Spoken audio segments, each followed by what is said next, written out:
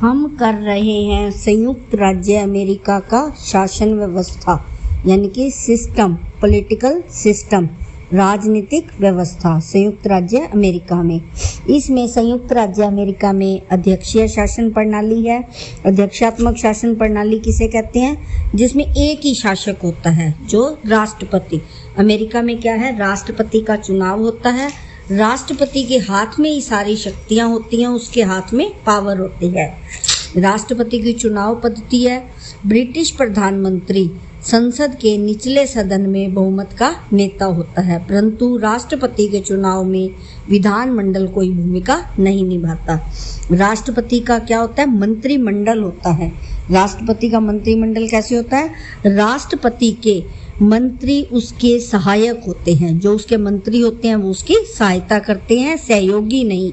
यानी कि उसके जो कार्यकारिणी होती है, उसके जो मंत्री हैं वो उसकी काम में सहायता करते हैं। प्रशासन के संबंध में सारे महत्वपूर्ण और अंतिम निर्णय राष्ट्रपति अपने विवेक से यानी कि अपनी बुद्धि से करता है, किसी की सलाह से नहीं। विभाग के मंत्री या मंत्रियों से सलाह लेने की उसे कोई बाध्यता नहीं होती। उसके सहयोगी या सहायक तो जरूर होते हैं, परंतु वह जरूरी नहीं है कि उनकी सहायता ले।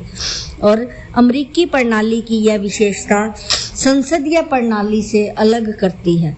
मंत्रिमंडल के सदस्यों के अलावा उच्च अधिकारियों की नियुक्ति भी राष्ट्रपति के अधिकार क्षेत्र में आती है, यानी कि सभी उच्च अधिकारियों की नियुक्ति राष्ट्रपति करता है। सर्वोच्च न्यायालय तथा अन्य न्यायालयों के न्यायाधीश, राजदूत, विभिन्न आयोगों के अध्यक्ष और महानायकवादी विशेष सभी रूप से उल्लेखनीय हैं। इन सब की नियुक्ति कौन करता है? राष्ट्रपति। इन नियुक्तियों के लिए सीनेट का अनुसमर्थन आवश्यक होता है। फिर आगे है, वह नए राज्यों और नई सरकारों को मान्यता प्रदान करता है। विदेशों में अपने विशेष प्रतिनिधि भेजकर अंतर्राष्ट्रीय राजनीति को प्रभावित करता है और विदेशों के साथ संधियां करता है। अमेरिका की थल सेना, नौसेना और वायुसेना के सर्वोच्च सेनापति के नाते भी सैनिक अधिकारियों की नियुक्ति भी राष्ट्रपति द्वारा की जाती है। यानी कि जो सेना की सारी जो कार्यकारिणी है उसकी नियुक्ति कौन करता है? अमेरिका का राष्ट्रपति। आपातकाल से निपटने के लिए भी राष्ट्रपति को अनेक शक्तियां प्रदान की गई हैं। अब आगे है, अंत में क्या लिखा है कि संयुक्त राज्य अमेरिका में विधि निर्माण, यानी कि विधि निर्माण क्या हुआ? कानून निर्माण का कार्य तो कांग्रेस का है, परंतु राष्ट्रपति वार्षिक संदेश के अंतर्गत विधि निर्माण के अनेक प्रस्ताव भेजता है। फिर आगे है, विधेयक पारित होने के बाद राष्ट्रपति की अनुमति आवश्यक होती है। विशेष परिस्थितियों में राष्ट्रपति अपने निषेधाधिकार का प्रयोग करके किसी विधेयक को रोक भी सकता है। इस प्रकार निष्कर्ष के रूप में अंत में हम कह सकते हैं कि राष्ट्रपति जो है अमेरिका में, संयुक्त राज्य अमेरिका में राष्ट्रपति का स्थान सबसे ऊंचा है। राष्ट्रपति ही सारी शासन व्यवस्था को संभालता है। सभी न्यायालय के न्यायाधीशों की नियुक्ति भी राष्ट्रपति द्वारा की जाती है। और सेना में जो जल सेना, वायु सेना, थल सेना, सभी की जो है जल सेना, थल सेना और नौसेना यानी कि वायु सेना की जो है सबकी अधिकारियों की नियुक्ति भी राष्ट्रपति द्वारा की जाती है। यानी कि सारी शासन व्यवस्था राष्ट्रपति के हाथ में है।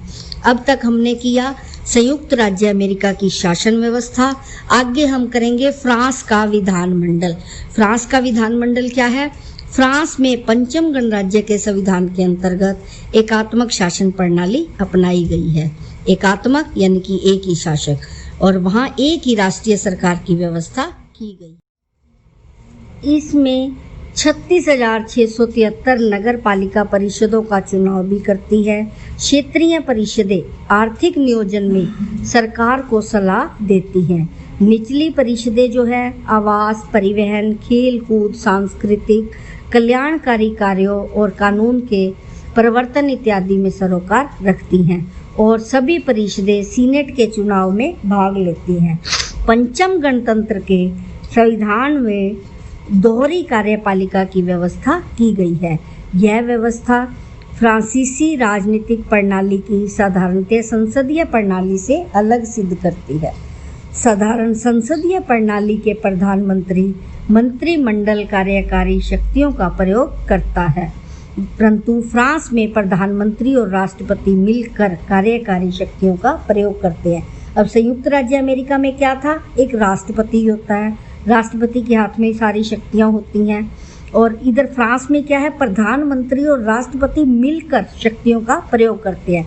अब इसमें हमने ऊपर पढ़ा था दोहरी कार्यपालिका। अब दोहरी कार्यपालिका क्या होती है, फ्रांसीसी शासन प्रणाली के अंतर्गत कार्यकारी शाखा के गठन का एक विलक्षण तरीका। क्या हुआ, कार्यकारी शाखा के गठन का एक विलक्षण तरीका।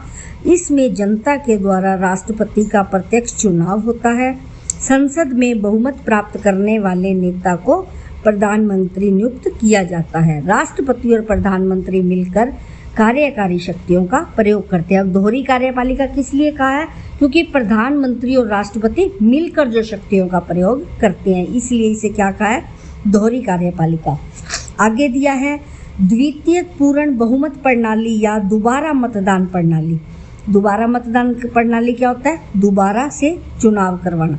फ्रांस की नेशनल असेंबली के चुनाव में प्रयुक्त विधि एक सदस्यीय निर्वाचन क्षेत्र के चुनाव में डाले गए वोटों में से उम्मीदवार को 50% से अधिक वोट प्राप्त होने चाहिए, यानी कि उसे 50% से अधिक अनिवार्य है।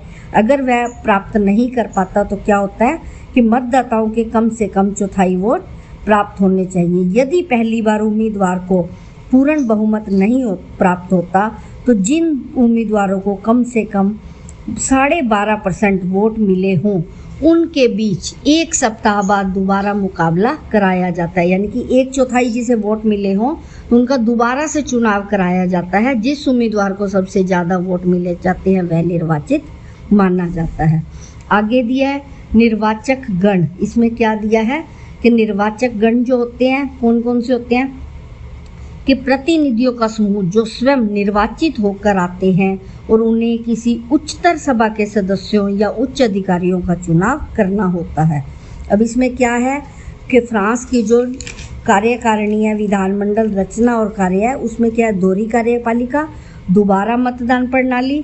फिर उसके जो चुनाव होता है उसमें क्या बताया, इसका जो निर्वाचक मंडल है उसमें क्या होना चाहिए, सदस्य संख्या कितनी होती है, शासन से जुड़े प्रतिनिधियों की प्रधानता होती है, संसद की सीमित शक्तियां होती हैं, और आगे है वाद विवाद और मतदान होता है। वाद विवाद और मतदान।